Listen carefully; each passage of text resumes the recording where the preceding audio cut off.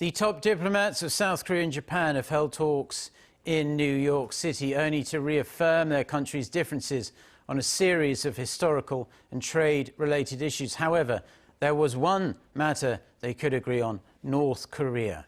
Yoon Jung-min with the details. Meeting on the sidelines of the UN General Assembly, the foreign ministers of South Korea and Japan discussed on Thursday a range of conflicting issues, but could not narrow their differences. During the 15-minute talks, South Korean Foreign Minister Chung Eui-yong explained the government's stance on Korean victims of wartime forced labor and sex slavery and called for Tokyo to lift its trade restrictions on Seoul as early as possible. Chung urged his Japanese counterpart to find a solution together and continue diplomatic talks. Japan's Foreign Minister Toshimitsu Motegi reiterated the Japanese government's earlier stance on those thorny issues.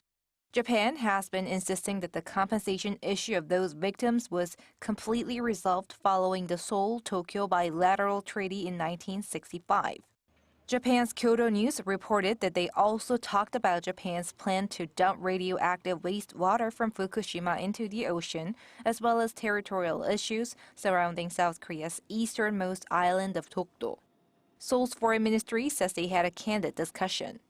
Despite those conflicting issues, the diplomats agreed to work together along with the U.S. on issues related to North Korea and regional peace. The Japanese foreign minister agreed to keep working toward real progress on the Korean Peninsula peace process. Also discussed were reviving people-to-people exchanges between the two countries once the COVID-19 situation improves. Yoon Jung-min, Arirang News.